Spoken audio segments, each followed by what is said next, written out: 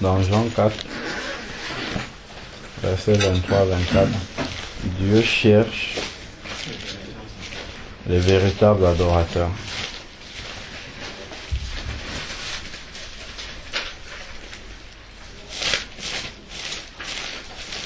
Comme on disait la dernière fois, il n'y a pas beaucoup de choses que Dieu cherche.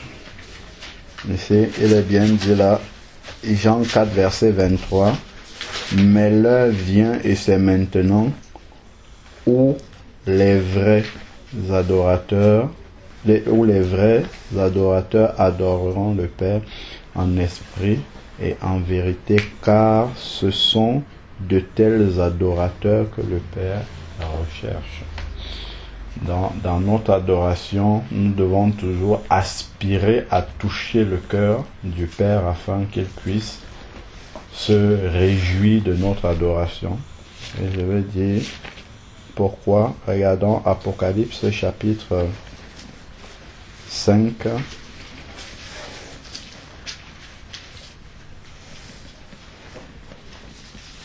Apocalypse chapitre 5 verset 11 et suivant.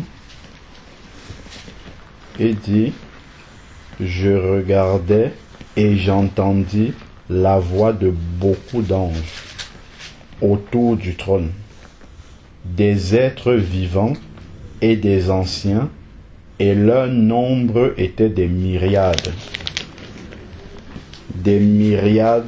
et des myriades.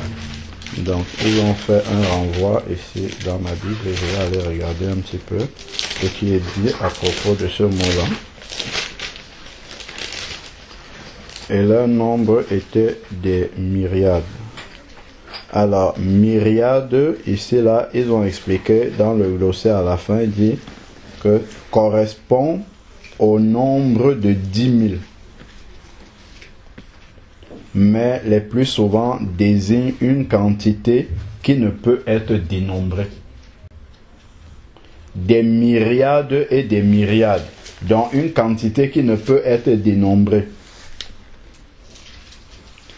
Et des milliers de milliers, il a déjà dit myriades et de myriades, il dit encore des milliers et des milliers. Souvent quand on prêche l'évangile aux gens, ils pensent que Dieu les supplie pour qu'ils soient sauvés. Le ciel est même déjà plein signe avec ceux-là. Bon, des myriades et des myriades, des milliers et des milliers. Et qu'est-ce qu'il disait?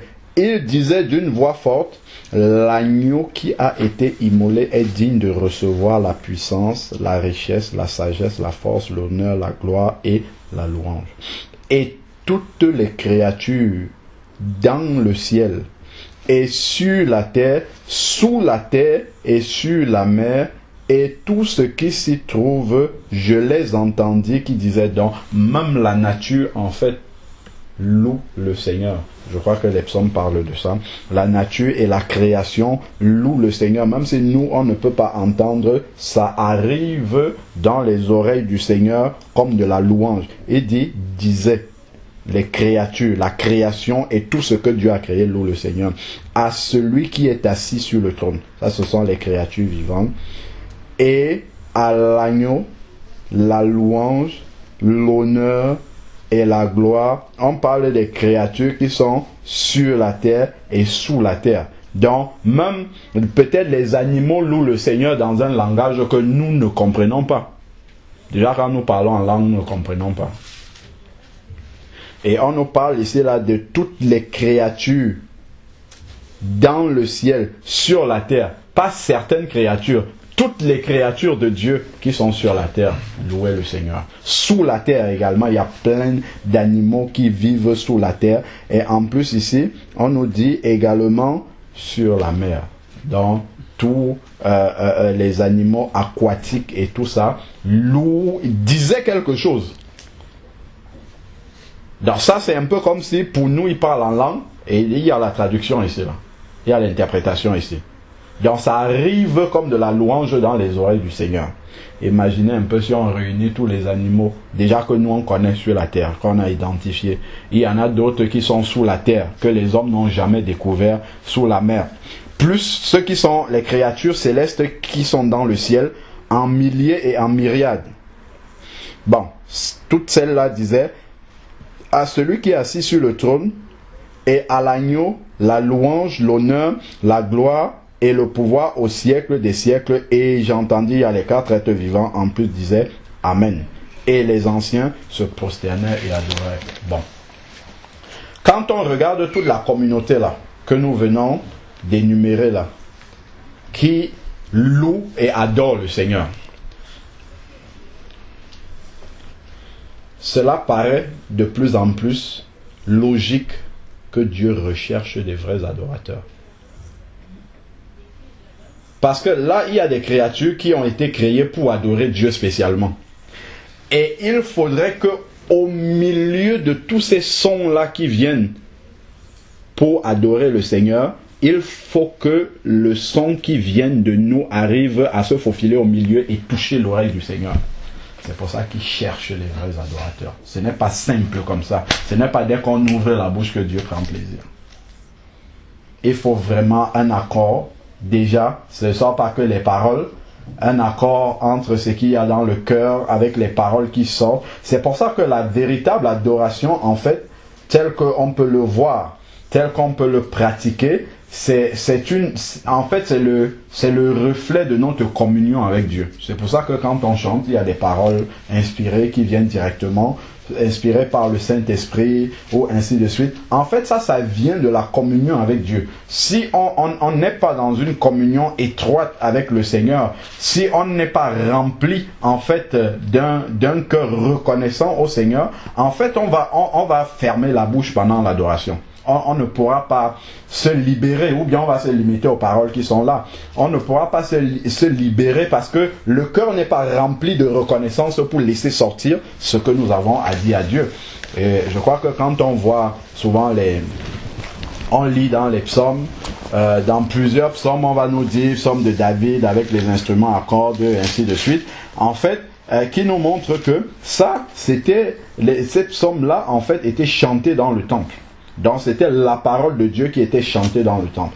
Et nous aussi, lorsque nous adorons le Seigneur, nous pouvons y mettre la parole de Dieu. J'ai entendu dans plusieurs cantiques, là, tu n'es pas un homme pour mentir, ni le fils de l'homme pour se repentir. Ça, c'est dans le Nombre 23, verset 19, ainsi de suite. On peut citer la parole de Dieu, on peut citer nos propres expériences, on peut exprimer notre reconnaissance. Tout ce que nous disons dans la prière, nous pouvons dire également dans le chant, dans l'adoration. Et tout ça, c'est pour arriver au milieu de toutes les myriades et de toutes les créatures là qui adorent Dieu. Il faut arriver à toucher le cœur du Seigneur. Regardez par exemple quand Jésus arrive, je me souviens plus, il y a plusieurs expériences comme ça déjà. Si on prend l'expérience de la femme à perte de sang, il y avait beaucoup de personnes qui touchaient le Seigneur, probablement des milliers de personnes qui bousculaient Jésus. Jésus était au milieu, chacun essayait de se rapprocher de lui, dont les gens le touchaient. Beaucoup de gens ont touché Jésus. Et d'ailleurs, les apôtres, quand Jésus a posé la question, se sont tournés vers le Seigneur en étant très surpris. Mais comment tout le monde te touche et tu dis quelqu'un m'a touché? Donc on voit qu'au milieu de toutes les personnes qui touchent le Seigneur, là on est dans le physique, mais on peut parler du spirituel aussi. Les vrais adorateurs adorent en esprit et en vérité. Plusieurs personnes adorent, comme plusieurs personnes touchaient Jésus. Mais lorsque la femme à la perte de sang a touché le pan de la robe de Jésus, Jésus a senti une force qui est sortie. Il dit, quelqu'un m'a touché.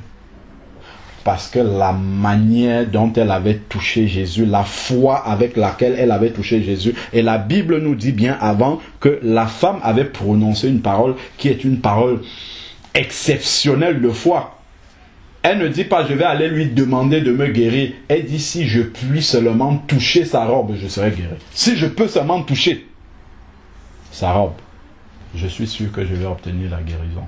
Donc, Jésus étant Dieu omniscient, omnipotent, savait que c'était ce qu'il y avait dans le cœur de cette femme-là. Donc quand elle a touché, il te sera fait selon ta foi. Effectivement, quand elle a touché, ce qu'elle pensait, c'est cela qui est arrivé. Et le Seigneur a demandé afin que le témoignage puisse être su et connu de tout le monde. pour que ça puisse nous servir d'exemple. Il a demandé qui m'a touché, elle a eu peur, ainsi de suite. Et ensuite, elle a rendu témoignage devant le Seigneur. Plusieurs personnes touchaient le Seigneur, mais il y a une personne qui a touché le Seigneur en particulier. C'est cette adoration-là que nous devons rechercher. C'est de toucher le cœur du Seigneur, comme cette femme-là a touché le pan de sa robe. Nous avons, par exemple, le cas de Bartimée. Lorsque Jésus est arrivé, il y avait tellement de gens qui se bousculaient et le type était là probablement, cet aveugle était assis là et il criait seulement « Fils de David ». Et quand il dit ça, les gens disent « Tais-toi, il ne peut même pas te voir ». Donc en fait, ceux qui ont, ceux qui ont toutes leurs facultés, toute leur santé, ainsi de suite, pensent effectivement que c'est eux que Dieu va voir. Donc, on peut croire que, bon, soit parce que je suis prédicateur, soit parce que je suis un frère influent, une sœur, voilà, avec beaucoup d'années dans le Seigneur, ou bien une certaine prestance au regard des hommes, c'est ça qui va toucher le cœur du Seigneur dans mon adoration. Non, pas du tout. Il y a des choses qu'on ne voit pas, des choses qui ne frappent pas l'œil, et c'est ça qui attire le Seigneur. Des choses qui sont dans notre cœur, quelqu'un, c'est pas parce que les paroles qui sortent de ma bouche scandent bien aux oreilles que Dieu agrée mon adoration. Non, il peut avoir une bonne disposition de cœur dans l'adoration qui touche le Seigneur plus que même les paroles qui sont en train de sortir. C'est pourquoi je parlais des paroles et je parlais de l'état du cœur. Comme ce Bartimée. Bartimée était là, et des fils de David, des gens disent tais-toi, ne dérange pas le maître, il ne peut même pas t'écouter. Donc ils étaient focalisés sur ce qui frappe l'œil, sur ce qui touche. Et il répète encore plus fort, voilà sa foi. Il répète encore plus fort, fils de David, sauve-moi. Donc, au milieu de toutes les personnes qui voulaient que Jésus leur rende un service, Jésus entend une voix qui vient. Il y avait sûrement du tumulte. Mais la voix de Bartimée est parvenue jusque dans les oreilles de Jésus. Il dit, ah tiens, il y a un qui a besoin de moi. Et il se tourne alors que tout le monde avait besoin de lui. Mais Jésus se tourne spécialement pour celui qu'il a appelé là-bas fils de David.